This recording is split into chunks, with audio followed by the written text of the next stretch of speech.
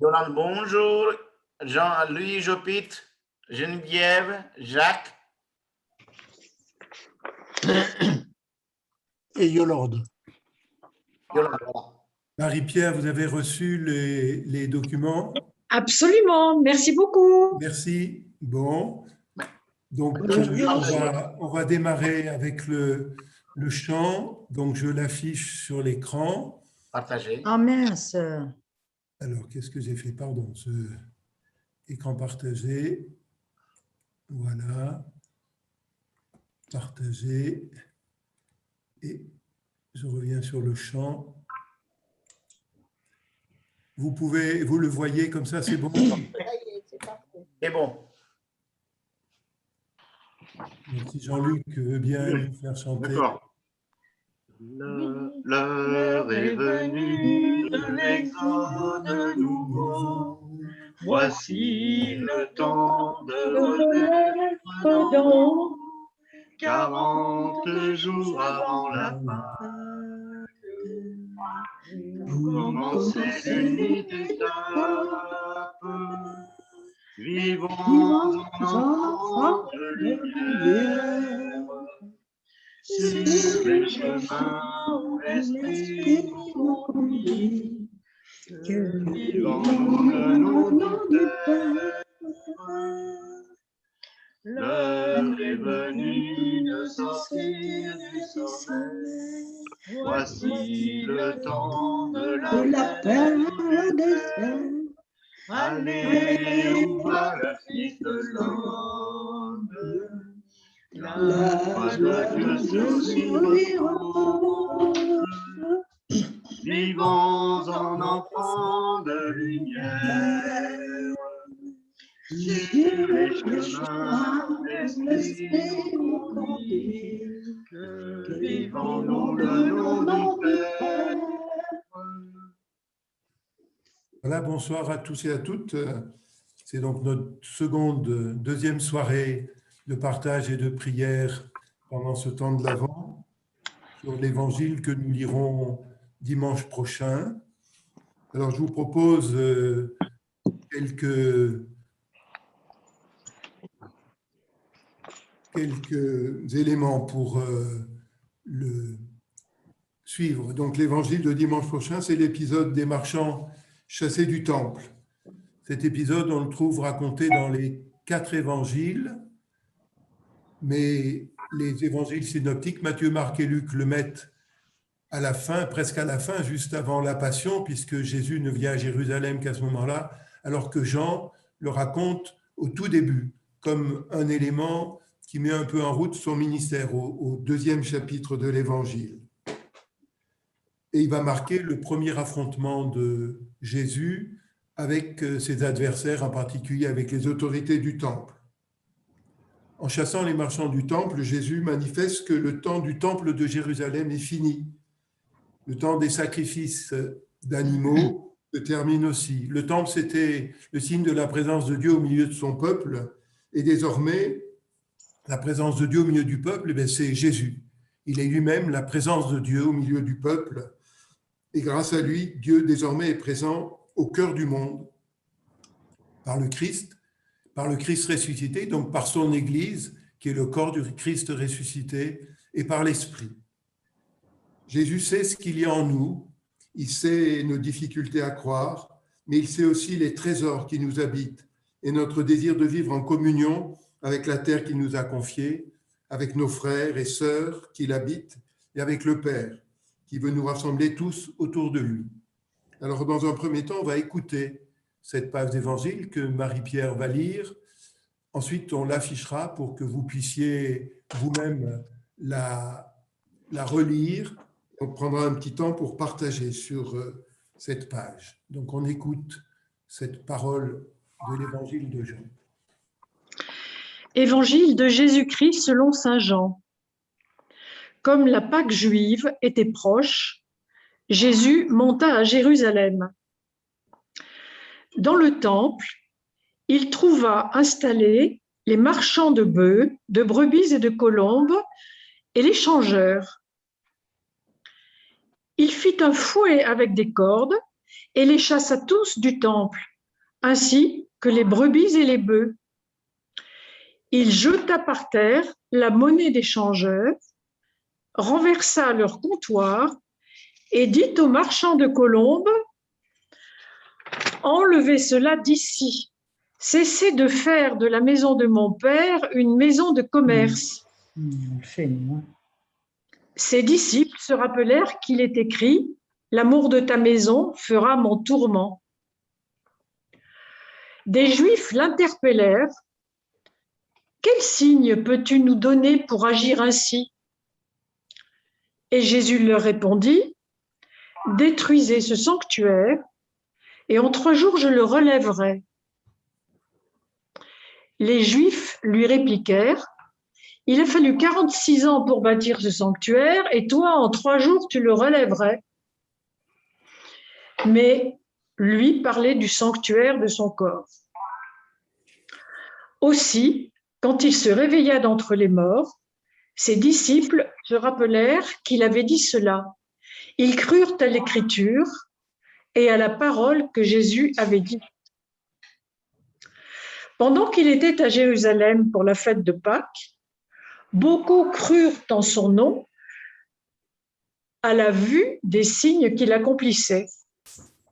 Jésus, lui, ne se fiait pas à eux parce qu'il les connaissait tous et n'avait besoin d'aucun témoignage sur l'homme. Lui-même, en effet, connaissait ce qu'il y a dans l'homme. Merci. Et donc, j'affiche le texte et nous pouvons prendre le temps de le relire. J'espère que vous l'avez intégralement parce que moi, je l'ai un peu caché.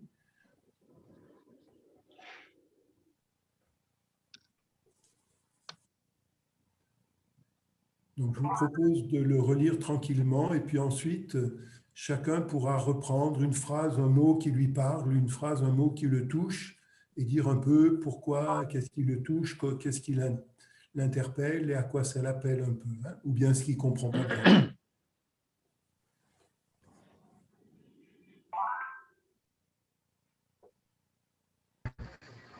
Mais c'est qu'il montre à tout le monde des documents, je pense, pendant le... Oui, non, mais c'est l'évangile du jour. Mais... Là, vous, alors, on entend.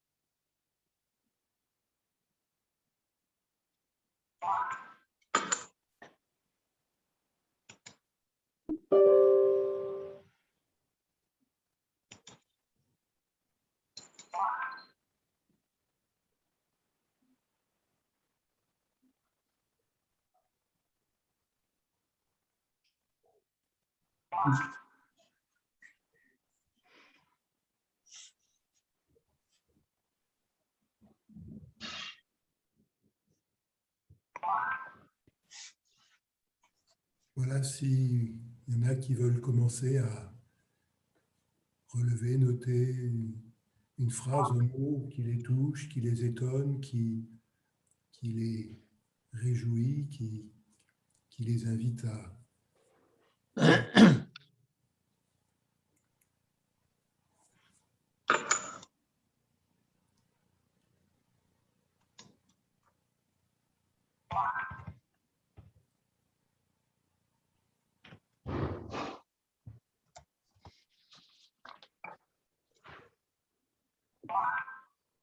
Moi, ce qui m'interpelle beaucoup dans cet évangile, c'est le geste de Jésus. C'est un geste radical quand même. Et je trouve que ça interpelle beaucoup parce que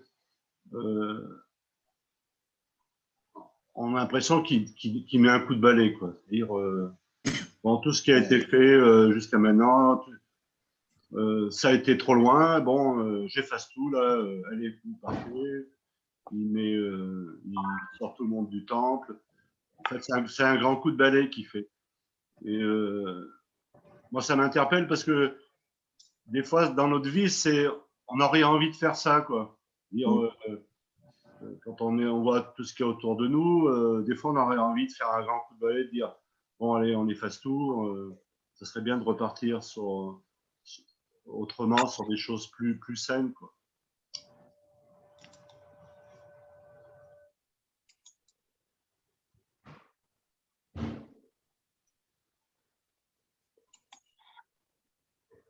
Vous pouvez, Pierre, si tu veux dire quelque chose, Pierre Vauquelin.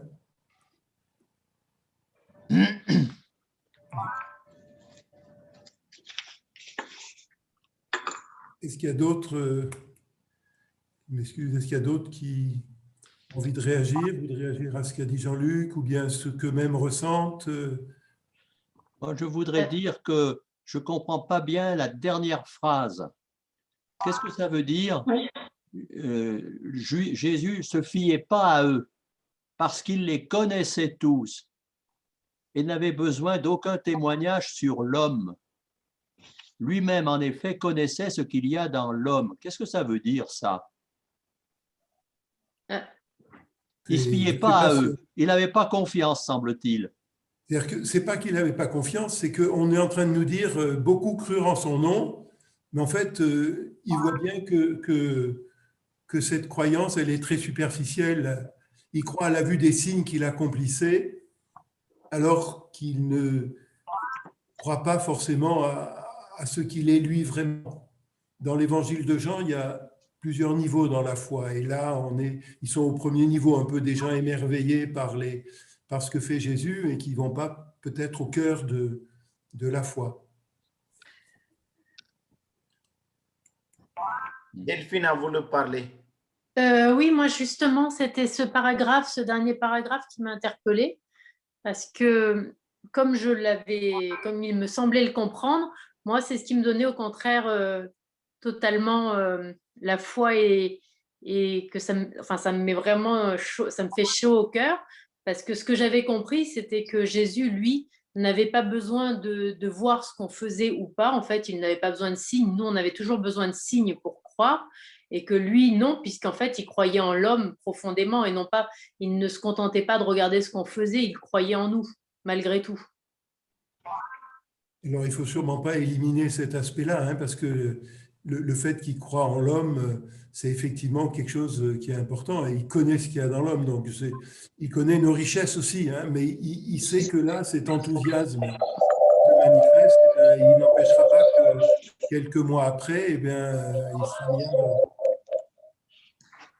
En fait, il croit en nous avec nos richesses, mais aussi nos faiblesses. Delphine, Oui. juste attendez. Marie-Pierre, tu as connecté deux fois. Il faut un endroit.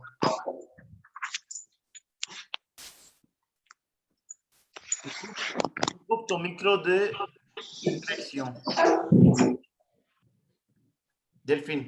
Pardonnez-moi, j'ai réussi à me connecter avec mon ordinateur enfin, ce qui Parfait, n'était pas merci. le cas avant. Je vous demande pardon. Donc, il y avait les deux.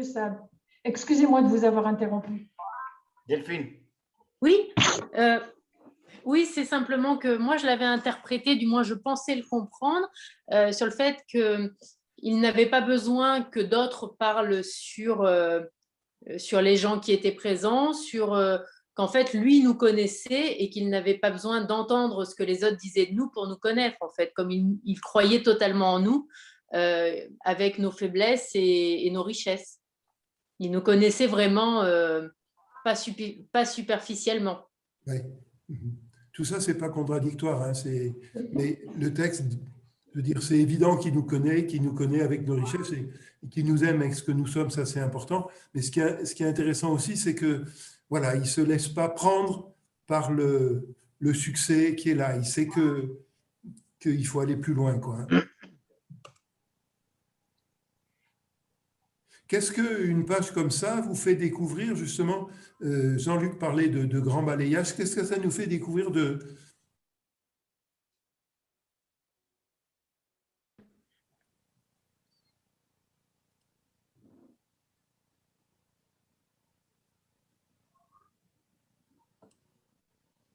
qui m'a toujours énormément frappé dans ce passage, c'est la violence de l'intervention de Jésus. Il ne fait pas de la pédagogie, il les chasse à coups de fouet. Et ça m'a toujours interpellé qu'il agisse de manière aussi violente. Oui, moi aussi. Ces marchands, bon, qui en fait gagnent leur vie dans le temple. Oui.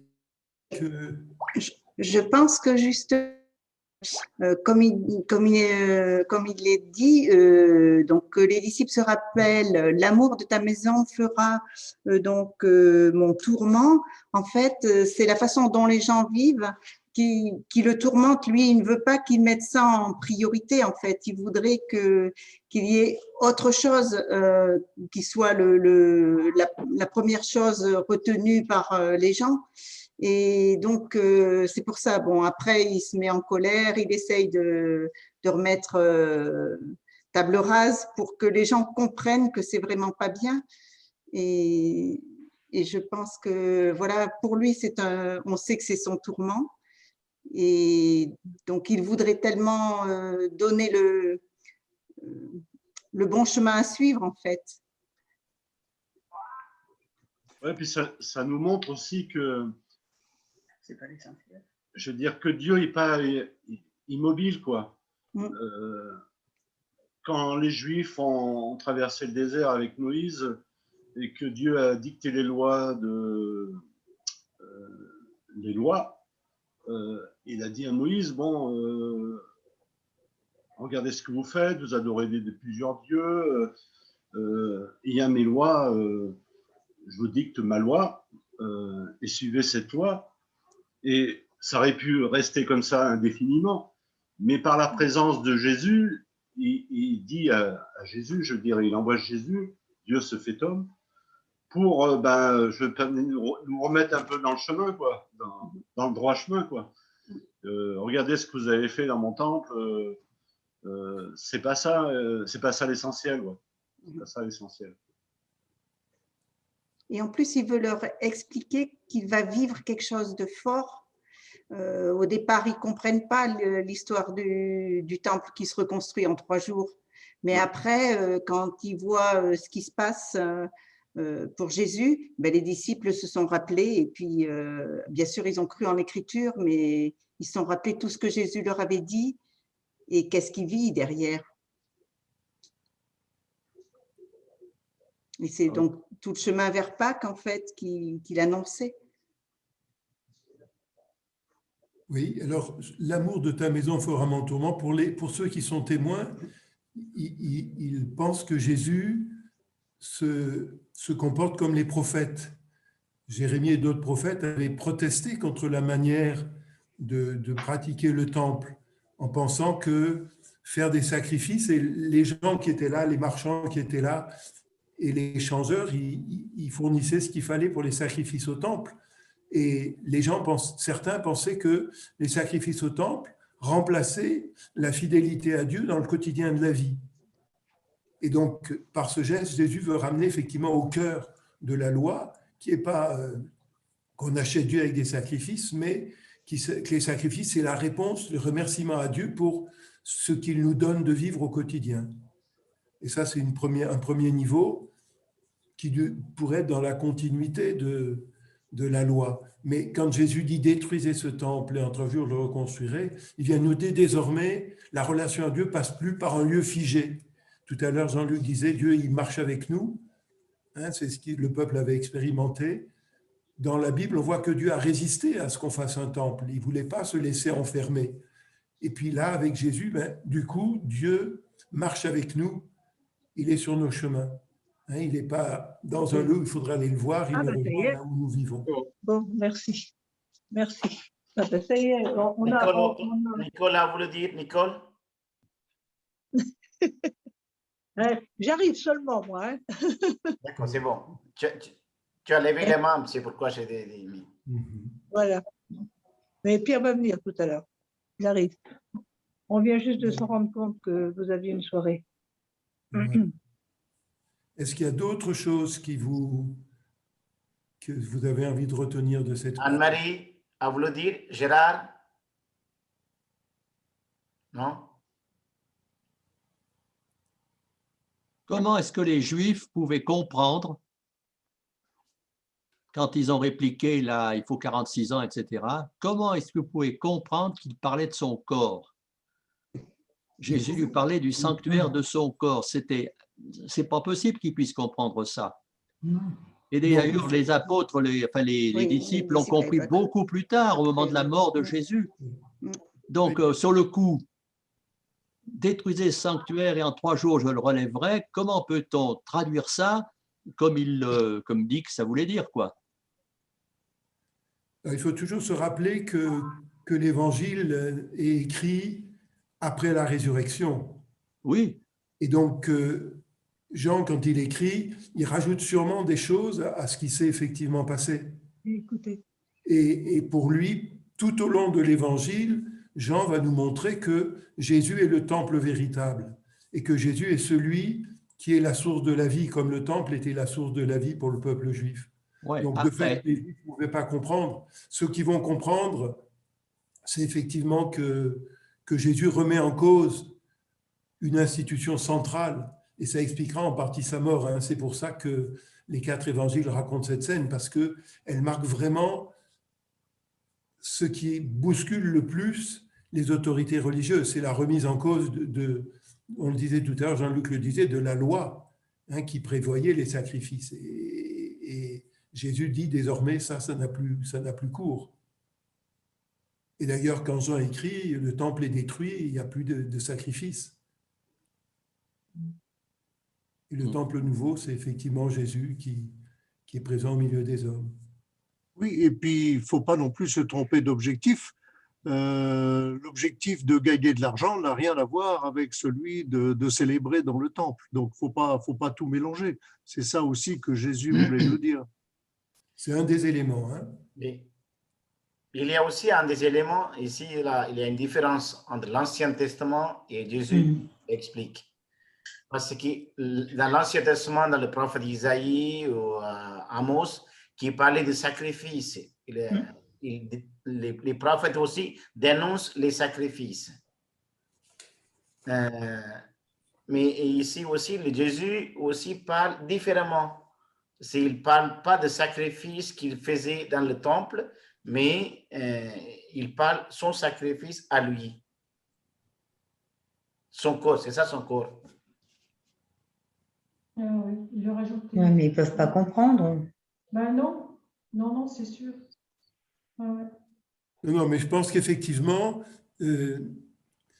c'est très difficile de savoir si cet événement des vendeurs chassés du temple, qui a sûrement eu lieu, c'est difficile de savoir est-ce qu'il a eu lieu au début de la vie de Jésus, au début de son ministère public, ou est-ce qu'il a eu, comme le dit Jean, ou est-ce qu'il a eu lieu dans la semaine qui a précédé sa mort, comme le disent les autres évangiles. En tout cas, il est clair que cet événement-là a été sûrement, d'ailleurs on l'entend dans son procès, c'est ça qui lui est reproché. C'est les paroles autour du temple, c'est le fait de détruire le temple. Donc, ça, c'est un élément déterminant parce qu'effectivement, ça remettait en cause à la fois la loi qui prévoyait les sacrifices et puis le statut économique des grands prêtres qui faisaient leur fortune en partie sur tout ce qui se passait au temple. Absolument. Voilà, donc il y a les 2 éléments, mais je pense que ce qui est en jeu aussi, c'est de retrouver le vrai sens du sacrifice. C'est-à-dire que le sacrifice, pour les Juifs, était devenu progressivement une manière d'acheter la bienveillance de Dieu, et ça évitait de vivre l'amour du frère et la justice. Et en même temps, c'était devenu une source de revenus. Et Jésus vient redire que le sacrifice, c'est effectivement de s'ajuster soi-même à la volonté de Dieu. Et c'est ce que fait Jésus, qui va jusqu'au don de sa vie pour rester fidèle à la parole que le Père lui a confiée.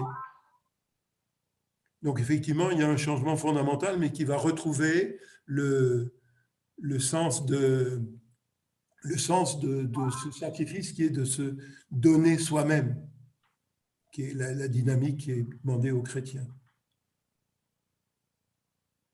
Et ça veut dire effectivement un changement de vie, un changement de comportement, et notre rapport à la richesse, notre rapport aux frères, notre rapport à la terre. Voilà, est-ce que sur ce texte, il y a d'autres choses qu'on a envie de se dire? Là, aujourd'hui, on n'aurait pas l'idée de faire du commerce dans une église.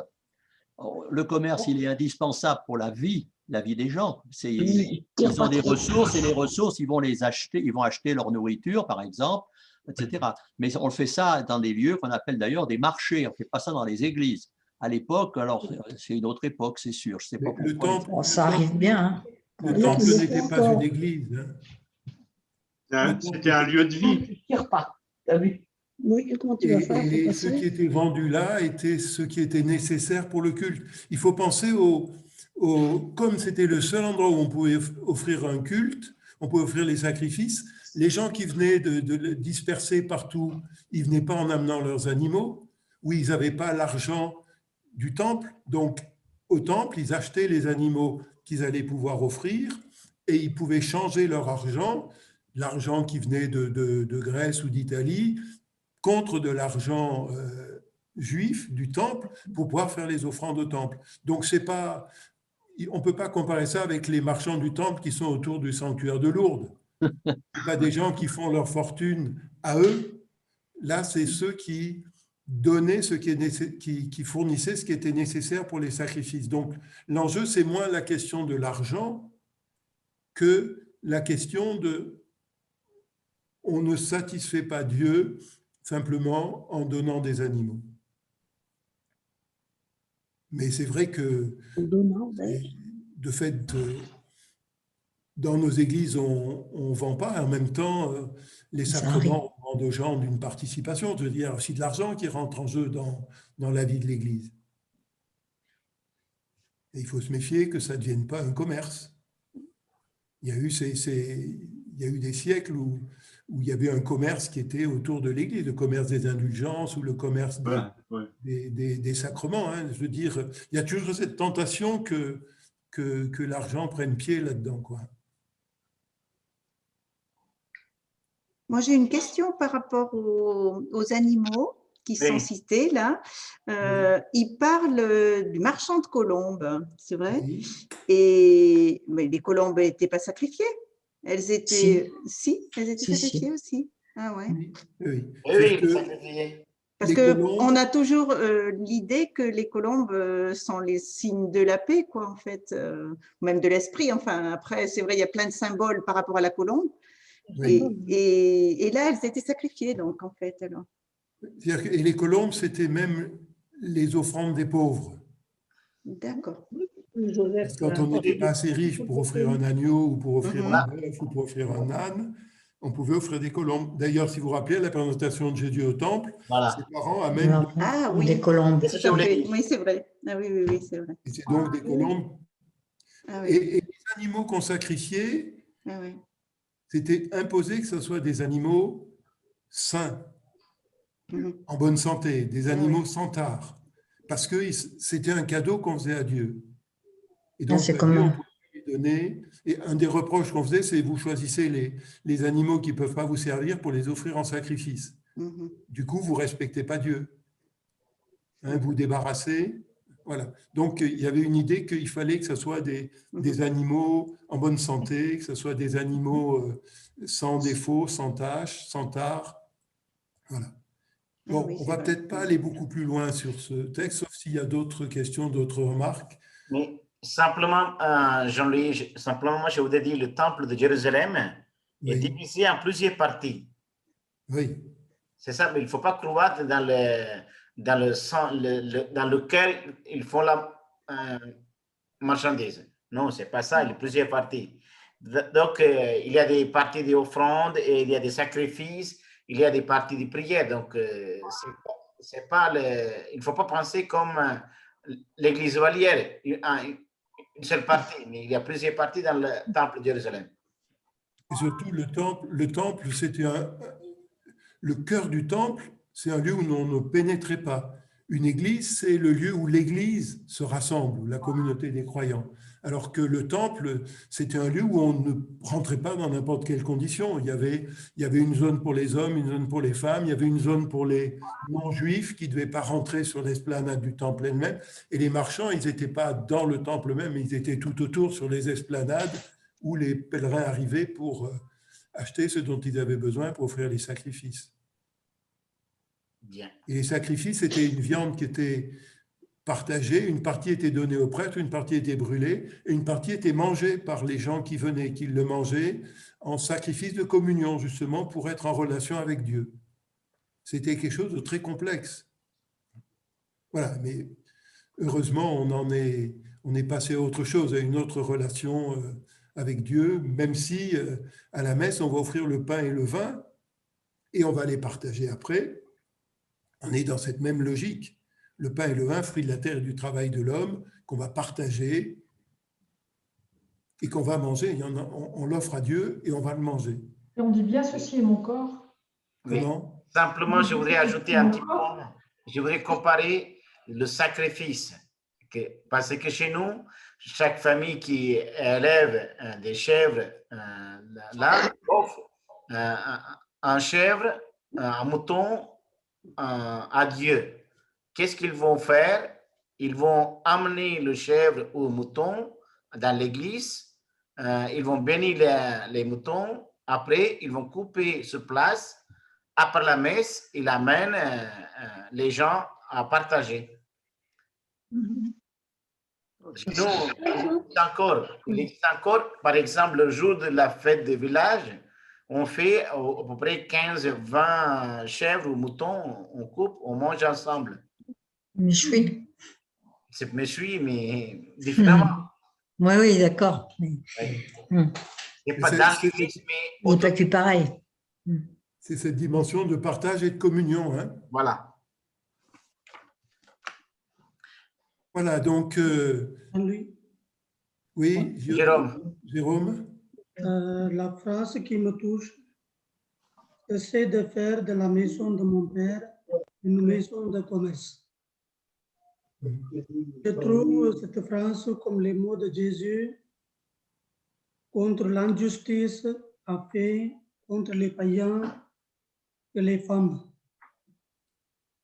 Parce que l'activité économique dans le temple de Jérusalem se trouve dans le lieu réservé aux païens et aux hommes. Donc, il parle contre l'injustice.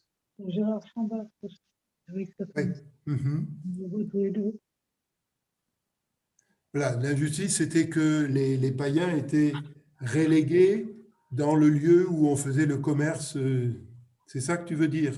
Oui, oui, oui, dans le lieu réservé pour les païens, pour les femmes aussi, je pense. Ouais.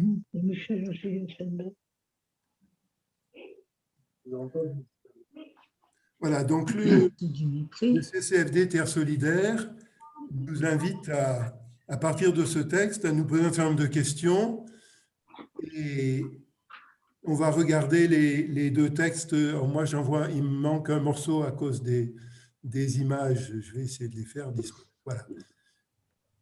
Donc, c'est une citation de Laudato Si. Contempler le monde, il n'y a pas deux crises séparées, l'une environnementale et l'autre sociale, mais une seule et complexe crise socio-environnementale. Les possibilités de solution requièrent une approche intégrale pour combattre la pauvreté, pour rendre la dignité aux exclus et simultanément pour préserver la nature. Et donc, l'invitation à chercher un chemin de conversion. L'économie locale de Jérusalem a longtemps bénéficié de l'attrait de son temple où était honoré le Dieu unique. Mais la limite entre le besoin d'un culte spirituel et les arrangements matériels pour le permettre est fragile. Même là, la tentation est grande de faire de bonnes affaires. Mais Jésus ne peut pas s'asseoir à toutes les tables. Celle des changeurs qui ne changent rien doit être renversée au bout du compte.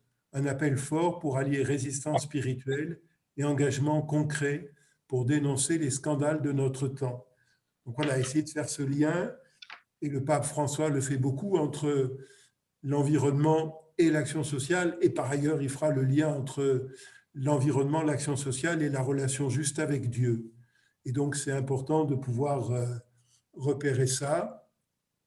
On va regarder donc les questions qui nous sont proposées pour partager pour ce dimanche cette étape pour le CCFD. Et donc, j'affiche les questions. Recherche effrénée de profit, amour de l'argent nous conduisent à la destruction de notre planète et à l'augmentation de la misère pour une part toujours plus grande de la population. Comment l'Évangile peut-il m'aider à me concentrer sur l'essentiel et à chercher un mode de vie plus simple? Peut-être qu'on peut prendre un petit temps pour échanger là-dessus.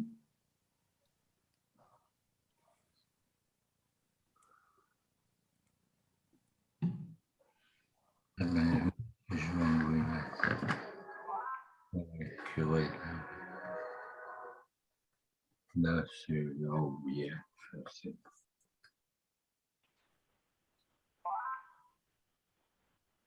Alors, qui a envie de prendre...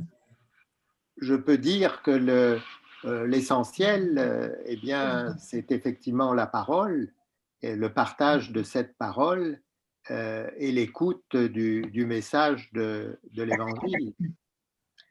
Et du coup, le fait de considérer l'amour du frère et même du frère lointain nous amène à être sur un pied d'égalité. Et on voit bien qu'on est un peu les enfants gâtés en Occident de notre terre et que effectivement, si on veut partager, équilibrer les choses, il faut trouver des modes de vie plus simples, des choses dont on va pouvoir détailler, mais c'est l'idée.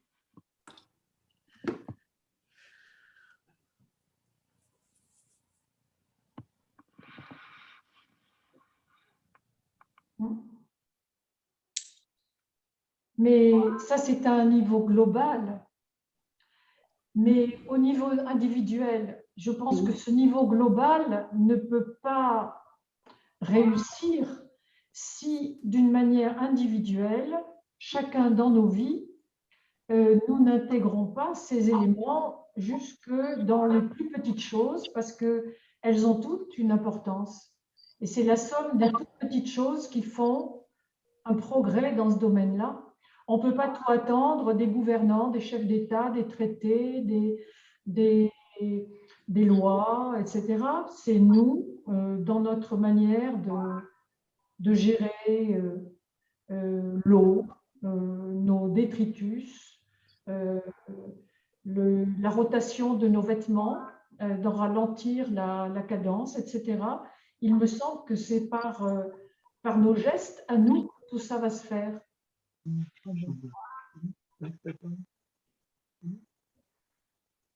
Tout à fait d'accord avec ce que tu dis.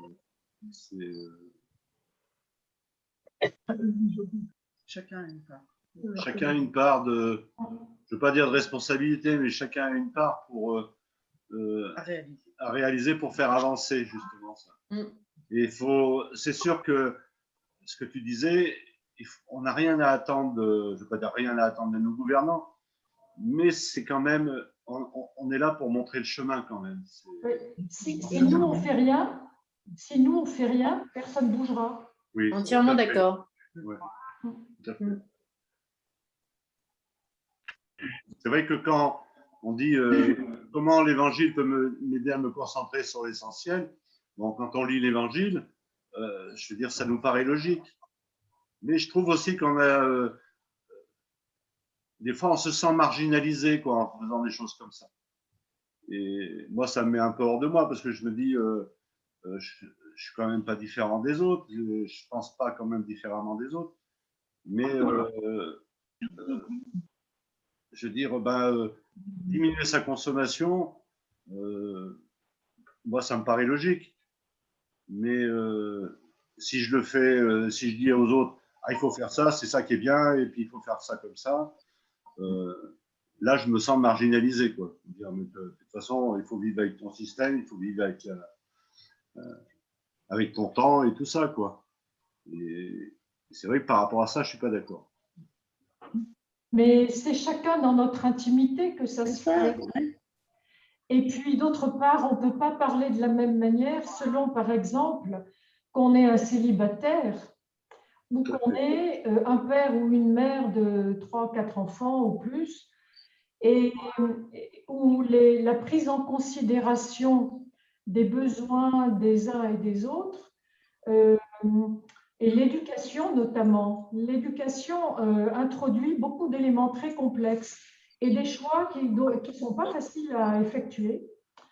Et donc, il n'y a pas d'attitude type, c'est selon notre situation dans la vie, il me semble.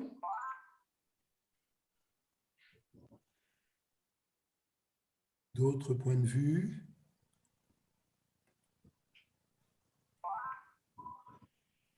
Je pense, moi, que les jeunes ont une prise de conscience assez importante par rapport à, donc, comme tu disais, Jean-Luc, au gaspillage, enfin, faire des choix, peut-être moins, excusez-moi, moins acheter, moins consommer de choses inutiles, peut-être. Je pense qu'ils ont une prise de conscience qui fait qu'ils ont envie de faire des choses peut-être plus naturelles, que notre génération à nous a vécu un peu différemment. Je pense qu'on était peut-être plus à un moment dans les achats, parce que la société nous présentait des tas de choses et voilà, et que maintenant il y a un certain recul qui se fait et les gens ont plus conscience de tout ça, je crois, hein, il me semble. Je ne sais pas ce que vous en pensez, mais je crois. Il y a une prise de conscience, oui. Surtout. Voilà, je pense que pendant des années, peut-être on s'est laissé embarquer, oui, tout simplement, sans réfléchir profondément. Mais au jour d'aujourd'hui, je pense qu'on est dans l'interrogation et dans des choix différents. Tout comme, par exemple, de trier les poubelles, enfin, il y a une personne qui en parlait tout à l'heure. Eh ben, ça aussi, à l'école, ils leur apprennent maintenant, ça fait quelques années d'ailleurs, hein, voilà. Et c'est même un peu par eux que déjà, ils nous ont dit, mais il faut mettre ça à tel endroit, ça à tel endroit, que nous, on ne faisait peut-être pas au départ. On avait une poubelle commune, ou voilà. Et je pense que c'est bien, justement, parce que si déjà à la base, les enfants savent comment gérer les choses, eh ben, ils feront sûrement un monde meilleur pour l'avenir. Yvette a voulu dire quelque chose. Yvette? Oui, mais moi je suis assez d'accord avec ce qui vient d'être dit, c'est-à-dire que maintenant les jeunes, et même les petits de nos petits-fils, ils savent maintenant qu'il faut mettre les choses dans tel endroit, de telle autre chose dans tel endroit, pour faire, je ne sais plus comment ça s'appelle, ce qu'ils font. Enfin, trier les sélectif, oui. Oui, le collectif, là, le sélectif. Les sélectifs. Donc ça, et plus tard, enfin au fil du temps, ils vont le savoir, les jeunes, hein, ça. Mais ça commence déjà par ça, cette façon de trier, ce triage-là, pour les légumes, pour tout ce qui... Éteindre les lumières. Ça va plus loin parce que... mais après, ça va plus loin, ça commence par ça. Pour les enfants. Oui, mais je veux dire, ça va plus loin dans ce qu'il aurait enseigné, que nous, on n'a peut-être pas vu. C'est le fait, en fait, on leur dit pourquoi aussi. Oui, bien sûr, mais si on leur dit, on leur dit pourquoi. Hein. Mais ça commence à l'école, ça aussi. Oui, mais je veux dire, jeter un papier par terre, franchement, ça ne fait personne. Ah oui, d'accord, mais enfin, si c'est dans la rue, si c'est au bord de la plage… Si quand on voit les masques… Ça, c'est autre chose. Hein. C'est-à-dire que eux, ils voient plus loin parce qu'on commence à expliquer plein de choses, quoi, je veux dire. Oui, mais c'est ça, ça commence par ça. Sur la beauté de notre terre, qui va finir par être, je veux dire, détruite. Et bon, quand on entend je veux dire, des politiques ou même des gens dire alors là, n'écoutez pas ça parce que c'est pas vrai, la Terre est loin de périr. Et je pense que justement, les jeunes, on leur explique la réalité des choses, quoi. Et ils comprennent autrement. Ouais. Ils comprennent si on leur dit, si on leur apprend, ils comprennent quand même. Hein. Mais oui, mais il faut dire le pourquoi. Mais maintenant, en ce qui concerne les adultes, que nous sommes tous, et il y a quelques années, quand mes enfants n'étaient pas encore partis de la maison, je faisais attention et moins attention pour pour faire les courses, je veux dire. Mais maintenant, ils sont partis et chacun à son foyer. Eh bien, je vois chez mes enfants, ma belle-fille qui fait les courses, elle fait attention. Et ça me fait plaisir de voir ça. Parce qu'elle ne prend pas n'importe quoi. Je lui dis, tiens, ça. Ah, mais il y a Delphine qui a levé la main, je crois, et puis Pierre et Nicole. Oui, c'est ça. Delphine? Oui, justement, pour revenir à ce qu'on est en train de dire, ce qui est intéressant aussi, c'est le mélange des générations, parce que si on laisse les générations cloisonner entre elles, on ne s'apporte pas grand-chose. Alors que justement, quand les petits-enfants viennent et apprennent aux grands-parents, ou bien moi, tout simplement, j'ai 40 ans, mais maman, elle n'a pas été élevée, elle a 70 ans, elle n'a pas été élevée avec le tri.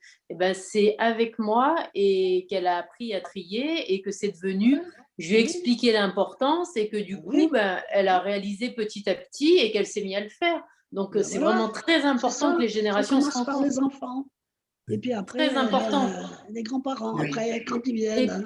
Et bien sûr, ça se passe. Et bien sûr, c'est valable dans les deux sens parce que les grands-parents apportent et apprennent tellement aux petits et même aux moins petits que c'est très important justement de ne jamais cesser de mélanger les générations. Enfin, pour moi.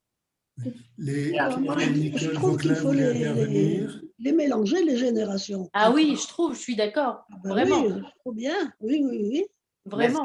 Merci Yvette, merci Delphine. On va laisser la parole Pierre et Nicole. Bien.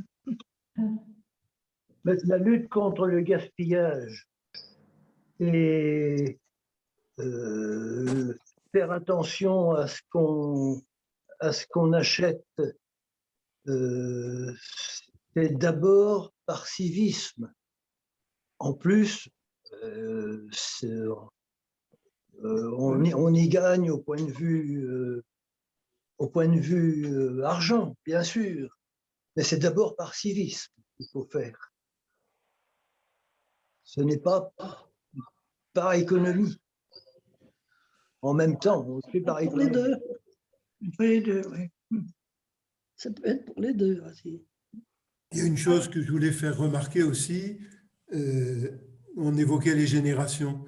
Il faut penser que la génération qui est sortie de la guerre, de la Seconde Guerre mondiale, alors il n'y en a plus beaucoup aujourd'hui, mais nous, on est un certain nombre autour de 70-75 ans, dans la génération des enfants de ceux-là.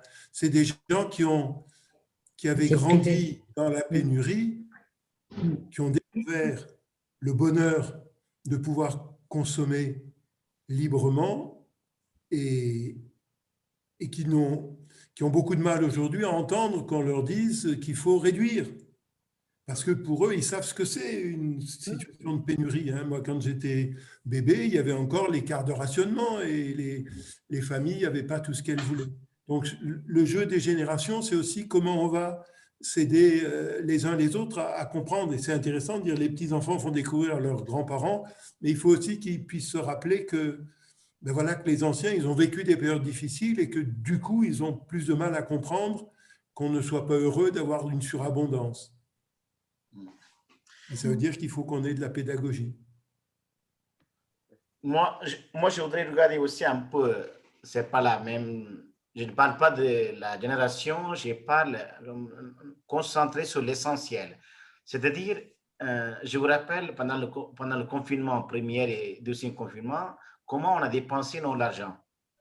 Seulement, on dépensait notre argent sur l'essentiel, pour les nourritures. On n'a pas dépensé l'argent ce qu'on a pensé. Sorti. Pensé. Ah oui. Sur l'essentiel, on a dépensé. On n'est pas mort. On n'est pas mort, c'est ça. C'est ça, je voudrais essayer là aussi. On n'est pas mort, on est là encore. Mais c'est ça, je voudrais savoir. Bah, je voudrais... Oui, c'est vrai, mais là, ça a été imposé, quoi, en fait. Oui. Mais on l'a pas mal vécu pour autant. Ça n'était pas une dimension spirituelle, ce qui était notre point de départ dans la démarche de ce soir. C'était pas ce qu'on a fait au moment du confinement, c'était essentiellement pragmatique.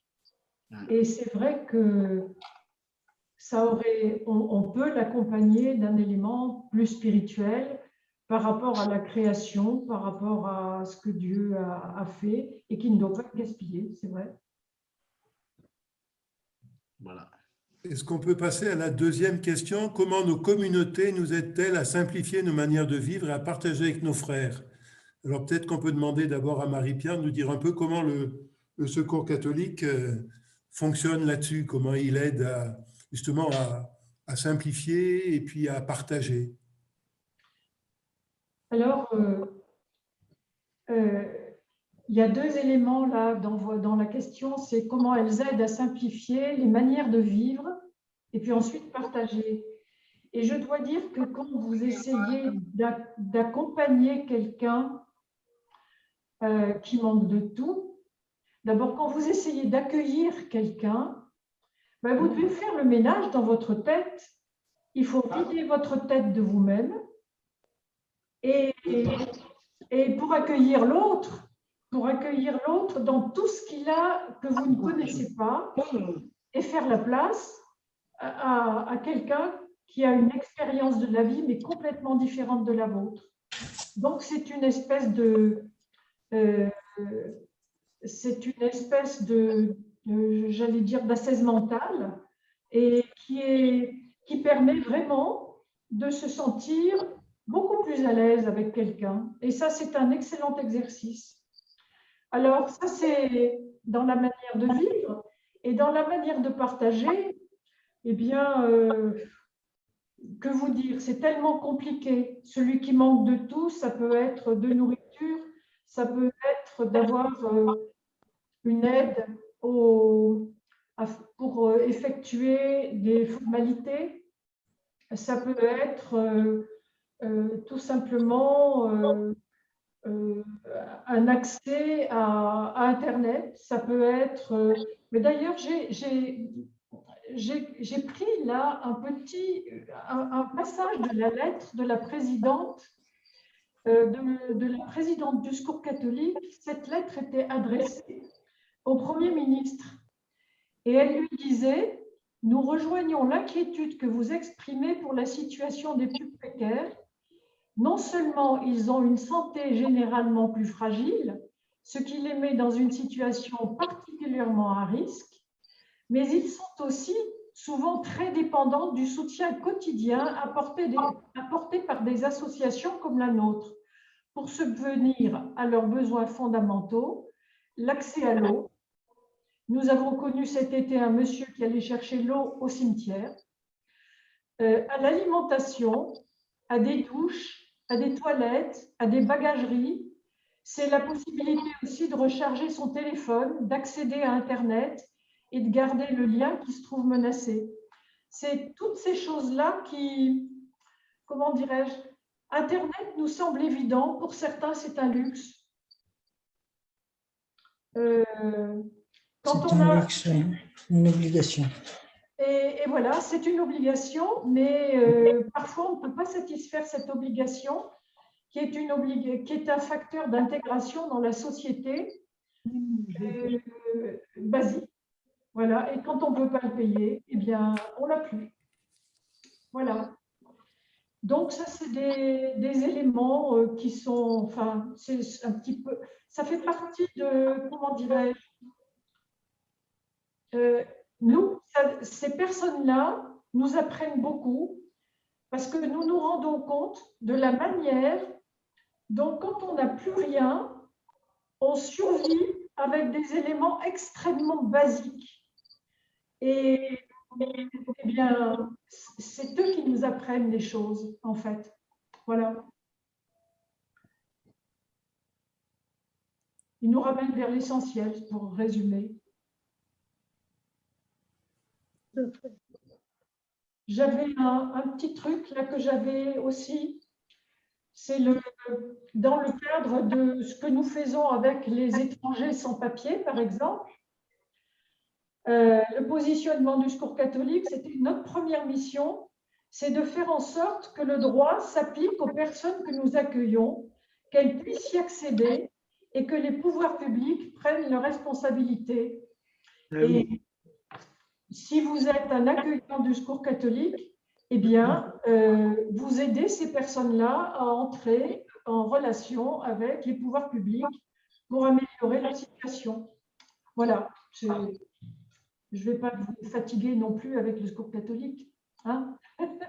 Là, c'est peut-être intéressant de se dire aussi, il y a d'autres expériences dans les deux paroisses qui sont là ce soir, d'autres expériences de solidarité, de partage. Oui, bien sûr. Peut-être parmi ceux qui sont autour de cette soirée, des gens qui sont engagés dans d'autres associations non confessionnelles et qui sont aussi dans des lieux de partage, de solidarité, des lieux où on change un peu sa manière de vivre.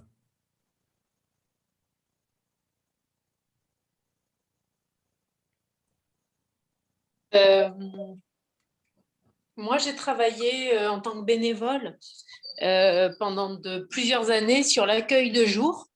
Donc, c'est une association en fait qui vient en aide aux personnes qui sont dans la rue et on leur amène en fait de la nourriture et au travers de ce lien en fait d'apporter de la nourriture, on les aide surtout à se réinsérer, les aider s'ils doivent faire des papiers, mais aussi les aider s'ils doivent faire des démarches ou bien aller voir un médecin. Et ce que j'ai surtout remarqué, c'est à quel point, en fait, certes, il y avait un problème financier, mais que c'était surtout une fracture sociale. Et c'était cette fracture sociale qu'il fallait essayer déjà de leur faire parler autour de ça. Et qu'ensuite, les soucis financiers, en fait, ce n'était pas le plus difficile dans un pays comme le nôtre pour trouver certaines solutions. Je ne dis pas tout, mais certaines solutions. Mais c'était vraiment cette fracture sociale sur laquelle il fallait essayer d'agir, tout simplement en parlant, en leur donnant confiance, en les accompagnant. Et moi, ça m'a vraiment, vraiment enrichi de pouvoir… C'était à l'époque surtout des jeunes gens. Il y avait quelques personnes âgées à la rue, mais c'était surtout des jeunes qui avaient entre 20 et 30 ans et qui étaient réellement en fracture sociale avec leur famille et qui se retrouvaient en fait à la rue, non pas tant parce que les parents ne pouvaient pas subvenir à leurs besoins, mais parce qu'il y avait eu cette coupure entre eux. Et du coup, vraiment, je pense que c'était presque plus enrichissant même pour moi, c'est assez égoïste que peut-être pour eux, mais ça a apporté énormément. Et d'ailleurs, je me souviens que quand je me promenais avec ma grand-mère qui était très âgée dans la rue, ils venaient nous voir et on sentait presque qu'ils étaient heureux de retrouver un lien comme un lien familial. Ils allaient vers ma grand-mère et du coup, ça créait un lien. C'était assez intéressant. Voilà, et c'était de belles rencontres. Oui, absolument.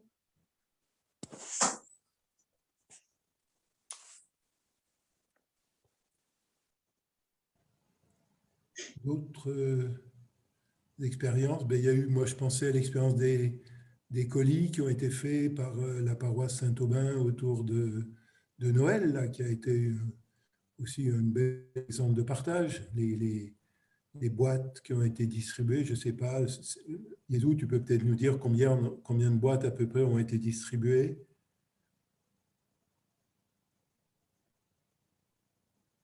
Yézou n'est plus là, je ne sais pas, il y a peut-être d'autres qui savent, je ne sais pas. Je crois qu'il y a eu une quarantaine de boîtes. Combien? 40 à peu près. Oui, plus 40, oui, d'accord. Oui. Est-ce qu'il y a d'autres expériences sur…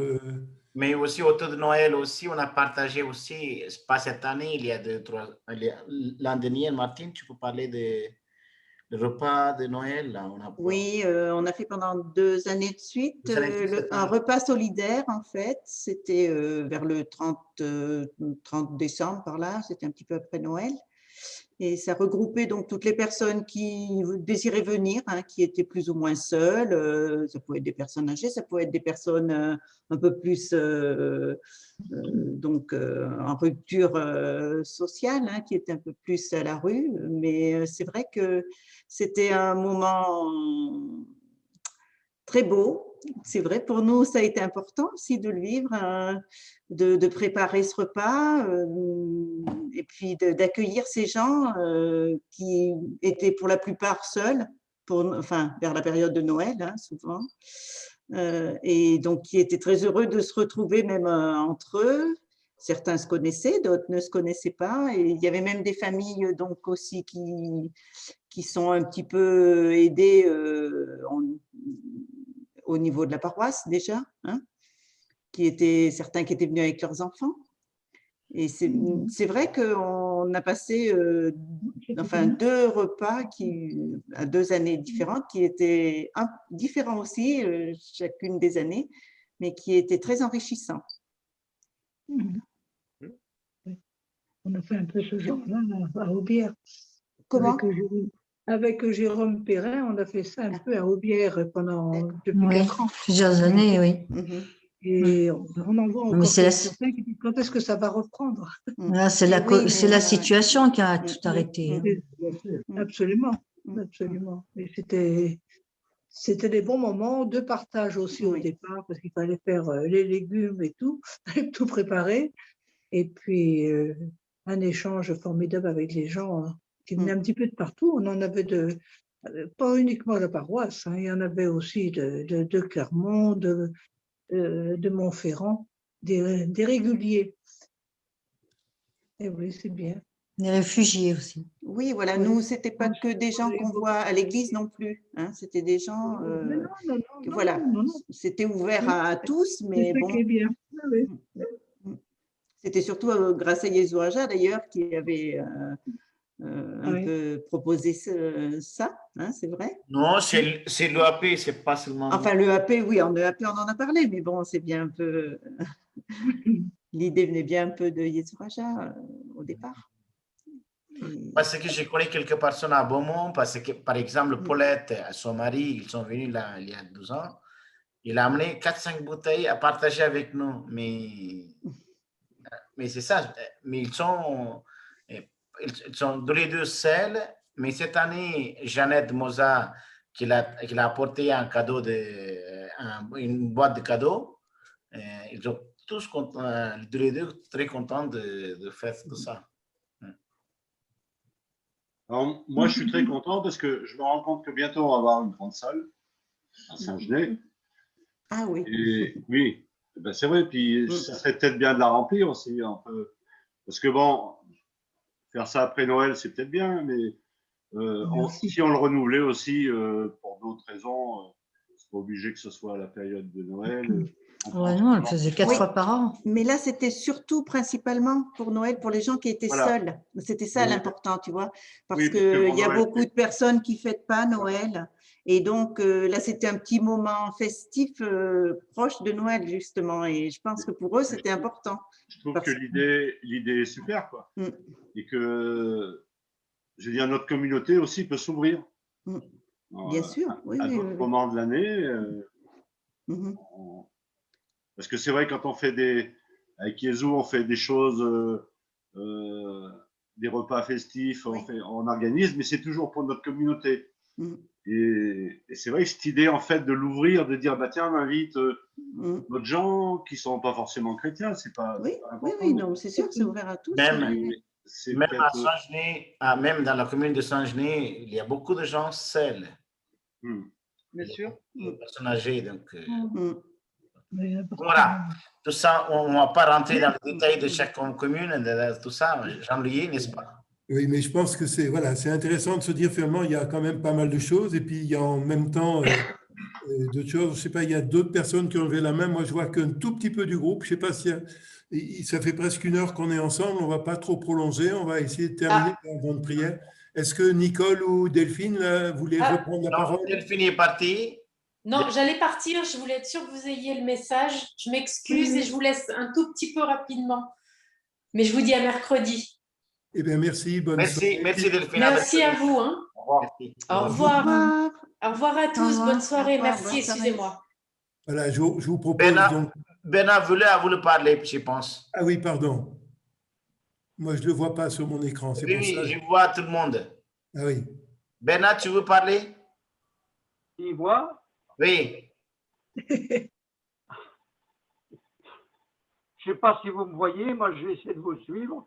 Oui, oui. On te voit, on te voit dans l'ordinateur, moi.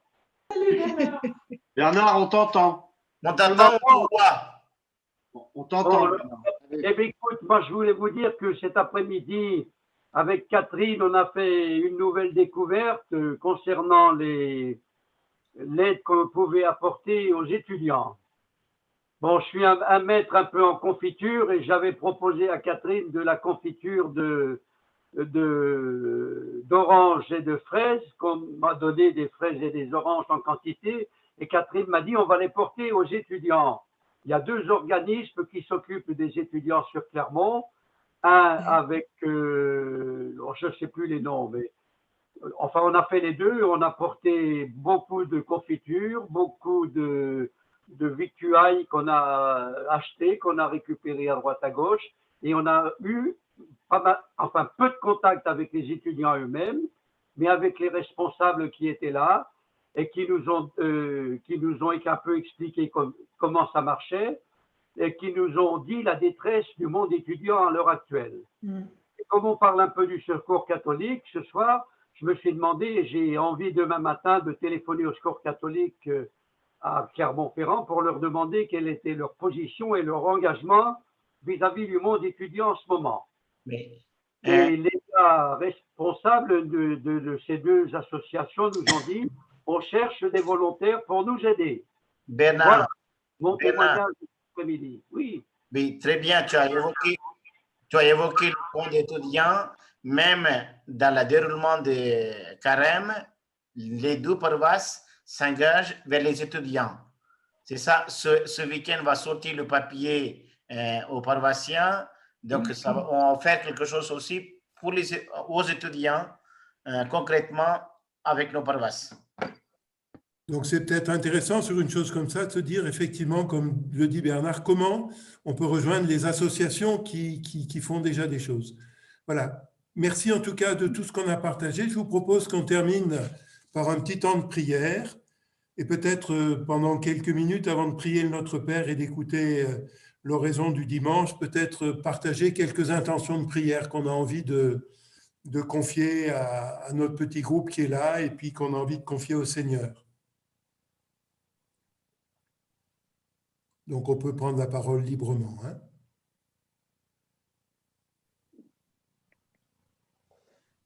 Pour l'hospitalité de Clermont, qui en ce moment, depuis 1 an, a beaucoup de décès et dans les personnes responsables.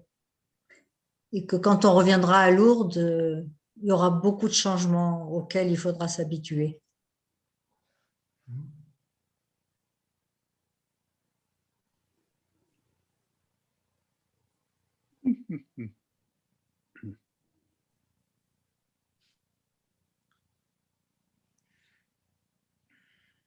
Moi, j'avais envie de rendre grâce. On est dans les gestes de solidarité, de partage pour l'échange que j'ai eu l'autre jour avec l'équipe qui s'occupe de l'aumônerie de la Maison des Sapins à Serra. J'ai trouvé une équipe très riche, très motivée. Et voilà, j'avais envie de rendre grâce pour cette disponibilité, cette simplicité pour aller à la rencontre des personnes en souffrance, des personnes en fin de vie, des personnes en convalescence qui sont hospitalisées à la Maison des Sapins à Serra.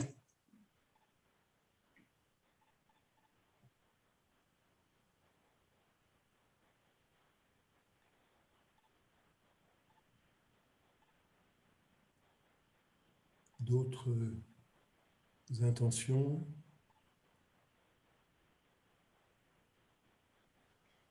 On peut prier aussi pour Jeannette Moza. Il a opéré hier. Jeannette Moussa, la main gauche, elle a fait une opération.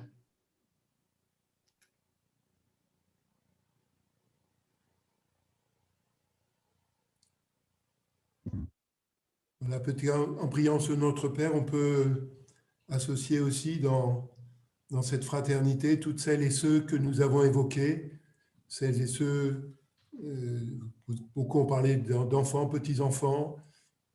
Pensez aussi aux personnes qu'on rencontre, qu'on soutient, qu'on visite tout simplement parce que c'est les voisins, et porter tout ça devant notre Père. Notre Père, Père qui es aux cieux, que ton nom soit sanctifié, que ton règne vienne, que ta volonté soit faite sur la terre comme au ciel. Donne-nous aujourd'hui notre pain de ce jour.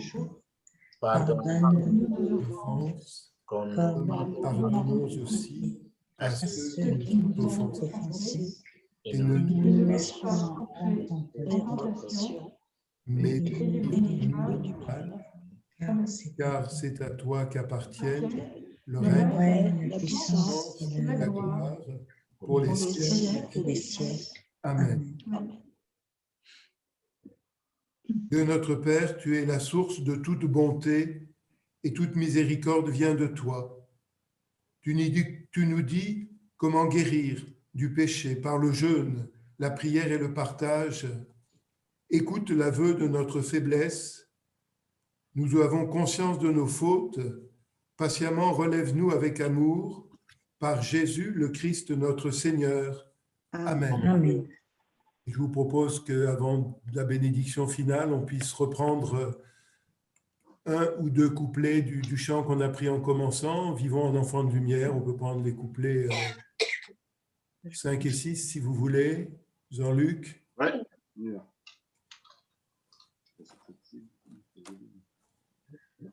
Donc on va prendre le 3 et 3 et 4. Pardon. D'accord. Ouais. L'heure est venue d'affermir. Voici le temps d'espérer le Seigneur. Il est tout près, il nous appelle. Il nous promet la vie nouvelle. Vivons dans nos rangs de lumière. Laisse-moi que l'esprit nous conduit, que vivons dans nos lumières.